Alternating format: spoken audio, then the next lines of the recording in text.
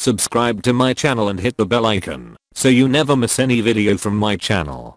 Yo! Welcome to LCameraTV. Make sure you like, subscribe, and share all cool things like Facebook and Reddit and Instagram and wherever else. And guys, I know I didn't do a video yesterday, man. You know, I took some little personal time, you know what I'm saying? I was trying to I had some stuff to do, had stuff to take care of. I took a little personal time, whatever, didn't drop a video yesterday, but I'm definitely back today. I gotta drop a video. And there's some things I want to touch on first. First of all, you know, Curtis Fuller. On my last video, I was saying, you know, I thought he was a stand-up guy. You know what I'm saying? I thought he was, you know, maybe a family reason why he resigned. You know what I'm saying? Out of the blue like that, whatever. Come to find out, it was not a family thing. He was doing some misconduct, man. He was texting and emailing and doing all this horrible stuff to women that worked at the organization. And I'm happy he got caught, man. Like, you know, I gave him the benefit of the doubt. I thought he was, you know, a better person than that. I was hoping that the Panthers vetting would be, you know, better than that. But you never know, man. Like, I mean, I can't blame the Panthers, you know, because at the end of the day, you don't know, man. Some people, like, I've been in a situation where I thought somebody was one type of way, and then, you know, lo and behold, he's a different type of way. So I can't blame the Panthers for that. I'm just happy that we're, you know, doing our due diligence, finding the guys that are doing this, you know, this heinousness, this, you know, whatever they're doing, and catching them, man, and getting them out of our organization, because obviously we want to keep our name clean. Obviously we had our little trepidation with Jay Richardson, now Curtis Fuller, and a bunch of, you know what I'm saying, and a few other people, I think. But now, you know, we're trying to purge that, we're trying to get rid of that, and I'm happy for that. Also, the other thing I wanted to say is that one of the people in the comment section said I should do a roster breakdown. And I said, man, that's a pretty good idea. You know what I'm saying? I was like, you know, I wouldn't mind doing a roster breakdown. So speaking of Curtis Fuller, he used to be the assistant DB coach, whatever, or cornerback coach, whatever. So I was thinking I'll start with cornerbacks. So now I will proceed with my roster breakdown, who I think will start, who I think will be depth, and who I think will be cut. You know what I'm saying? And I'm going to be doing this for every position. Right now I'm starting off cornerback, and then, you know, I'll do safety and all that, linebacker, D, and all that stuff like that, whatever. So this is my roster breakdown, so let's get started, man. Starting off at cornerback number one, obviously, you know what I'm saying, the one that will be guarding the Julio Joneses, the Odell Beckhams, and all of them of the world. The person I think is going to win out that job is James Bradberry. Now, mind you, obviously, we've all talked about how James Bradberry hasn't really lived up to snuff, you know what I'm saying, but I do think he will win up that position. I think you know what I'm saying, he's a pretty good corner. I think his only problem is that, you know, he doesn't look back for the ball, and his interceptions are pretty low. But as far as covering and everything, tackling, I think he's pretty good at that, whatever. You know, so I think he'll end up with the number one job, whatever. I think after him would be Kevin Seymour. Obviously, Kevin Seymour played last year for us, whatever. He did a pretty good job. He did a good enough job to kind of usurp you know, Daryl Worley, whatever. They were kind of like battling for their position, whatever. So I think Kevin Seymour will be the backup with that situation, and I think he'll be the depth, whatever. And Lorenzo Doss, I think he's gonna be cut, man. I think he's gonna be practice squad or cut, whatever, because I don't really see him, you know, making the team. I mean, especially in the cornerback position, we got a few cornerbacks, so I don't really see him making the team. I think he's gonna be the one that's gonna be cut. So the way my depth chart looks so far is James Bradberry is the number one corner. You know what I'm saying? And then corner behind him for depth, whatever, will be Kevin Seymour, and Lorenzo Doss would be one of the ones that gets cut, whatever. But I can't say, you know, probably, you know, in preseason or something like that, whatever, when they do the roster cuts. So that's how I think the cornerback number one is gonna fall out. We'll see how it does, but I think it's a solid cornerback number one. I think Kevin Seymour played pretty good last year. I think James Bradberry is gonna ultimately win it out. Only thing with James Bradberry is, like I said, track the ball. He gotta learn to track the ball. He gotta learn to, and we gotta figure out our assistant cornerback coach. We need somebody to help him out, man, because he needs to learn how to turn his head around and get in some interceptions, man. Because he's a good player, but until you get some picks, you know what I'm saying, then you're not really doing your job. You know what I'm saying? We need turnovers, and that's what we've been preaching. That's what we've been thinking. So I think that's gonna be how the cornerback one's gonna fall out. And you know what I'm saying. I think it'll be all right. I don't think we'll be torched in that situation. The second cornerback slot, I think, is gonna go to Ross Cockrell. Now, mind you, Ross Cockrell, we got him in free agency. He came from the Giants, and you know, he played pretty good at the Giants, man. You know, from his statistics. But mind you, I want to present my comments because I think a lot of people are getting misled by the stats. Now, mind you, don't ever get misled by the stats. You know what I'm saying? Because game film matters too. Here's the thing, right?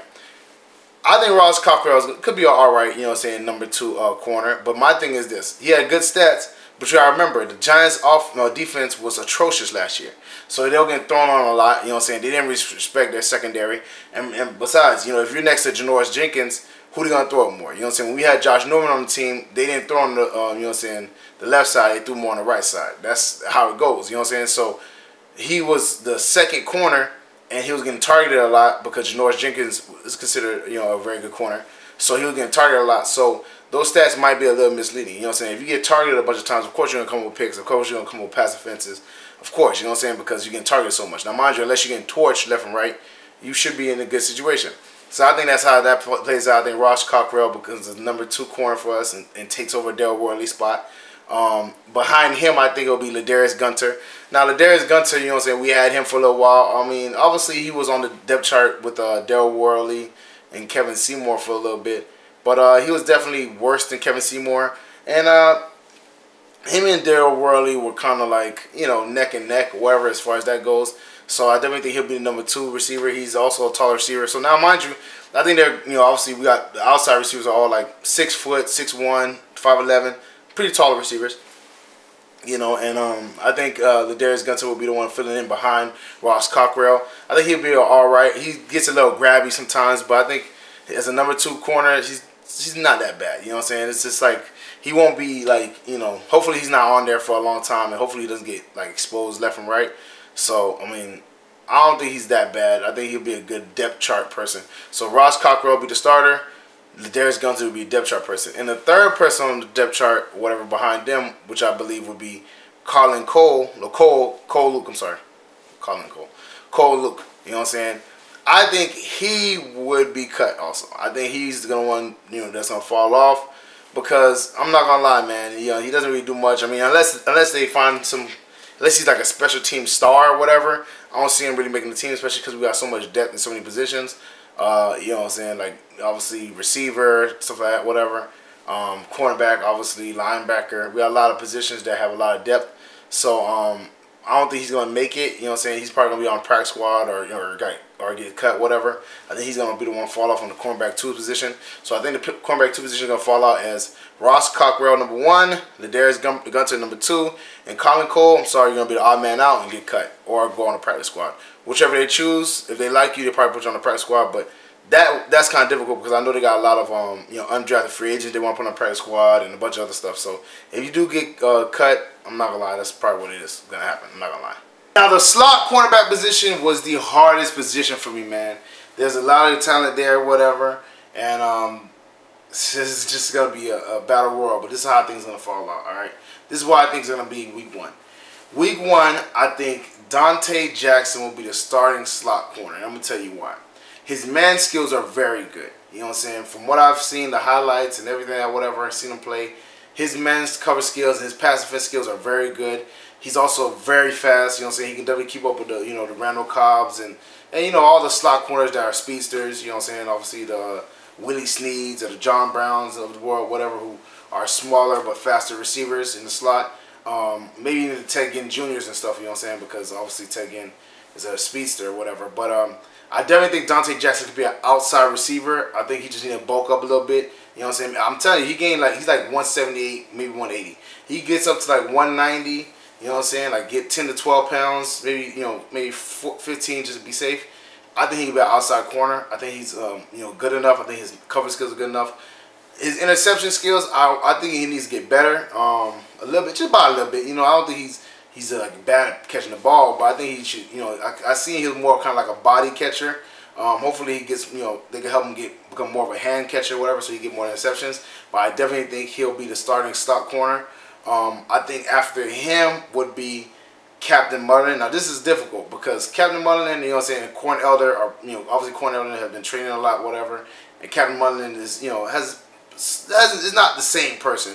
But I think his veteran wiles and his veteran, you know, saying savvy will keep him in the second spot. I think he'll be, you know, great to train Dante Jackson, Corn Elder, and Zach Sanchez. You know what I'm saying, with his, you know, little, veteran tricks. You know, veterans they always got these little savvy tricks, whatever, that they use to advantage to get an advantage on the receiver. I think he'll be, integral to the team. So I think that's why he'll be in number 2 spot. You know what I'm saying? I think he'll, be helpful. And I think he still could, play a little bit. He could definitely play a little bit.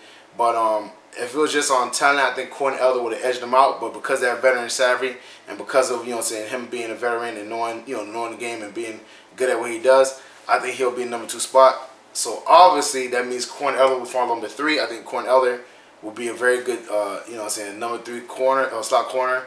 We'll see how that falls out. Now, mind you, if Captain Bundlin loses a big step, which I'm not anticipating, but if he does, I wouldn't be surprised if he falls either number 3 or getting cut. You know what I'm saying?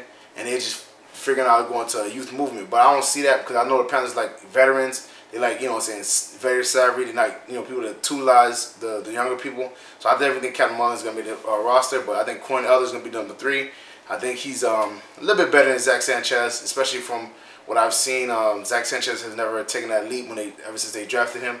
He's been on and off the team a few times, whatever. So I definitely think Corn Elder is going to be the number 3 corner, slot corner on this position. And obviously that's the most corners we have. So usually on the corner number 1 and corner number 2, they're both 2 corners. The slot's going to have 3 because of how many good corners we have in that position. And I think Zach Sanchez is going to be the one that's getting cut. And I don't think he'll be able to come back because I think he's been on the practice squad a few times. So I don't know how many times you can go on the practice squad and come back, go on the practice squad and come back. But he probably going to be the one cut. I think Corner Elder, Dante Jackson, and Captain Bundlin are better than him. I think he's actually going to cut, man. I mean, it sucks, obviously to be the one to get cut, but I think that's how it's going to play out. I think the slot corner is going to be Dante Jackson, number 1. He's going to be the starter day 1. I think Captain Bundlin is going to be the backup, the depth chart, the depth player, whatever. I think, and they might use Captain Bundlin in plays where, it's more of a, run stop maybe because he's a little bit bigger than Dante Jackson. So maybe he'll be utilizing that situation. And then Corn Elder will round out the 3 slot corner positions. And that's how I think it's going to fall out, man. Well, that's it for me, guys. Make sure you like, subscribe, and share this for show cool things like Facebook and Reddit and Instagram and wherever else. And guys, in the comment section, how do you feel about what Curtis Fuller did and his, transgressions, him, obviously hitting on women and doing all that foolishness? Let me know in the comment section. Obviously, I'm pretty sure a lot of you guys discussed it. Also, get in the comment section, man. How do you feel about the roster breakdown? Do you think this is a good roster breakdown? Do you dislike it? And if you do dislike it, let me know what you'll change, man. Maybe you'll put Captain Bundlin, in the number 1 corner spot behind James Bradbury, because it's veteran wilds and stuff like that, whatever. Let me know, man. I'm open to, seeing your opinions and everything like that, whatever, because this is how I think it's going to break down, obviously. And check out the merchandise, man. That's in the description below. Check out the Patreon page. That's also in the description below. Share this with all your Panther family and friends. Even non-Panther family, or friends. Share it with NFL people, whatever. Any NFL person, man. Let them know Panther Nation is here. And LCameraTV is here to support Panther Nation. And guys, check out my dog Renard's theme. Obviously, his video is going to be on the end screen. He does comedy, videos, all types of stuff, whatever. I'm thinking about incorporating him more in my live streams and stuff like that, whatever. Let me know what you think about that. And guys, that's it. That's it. I broke the little whole spiel, doing a little breakdown. And I'll see you guys next time.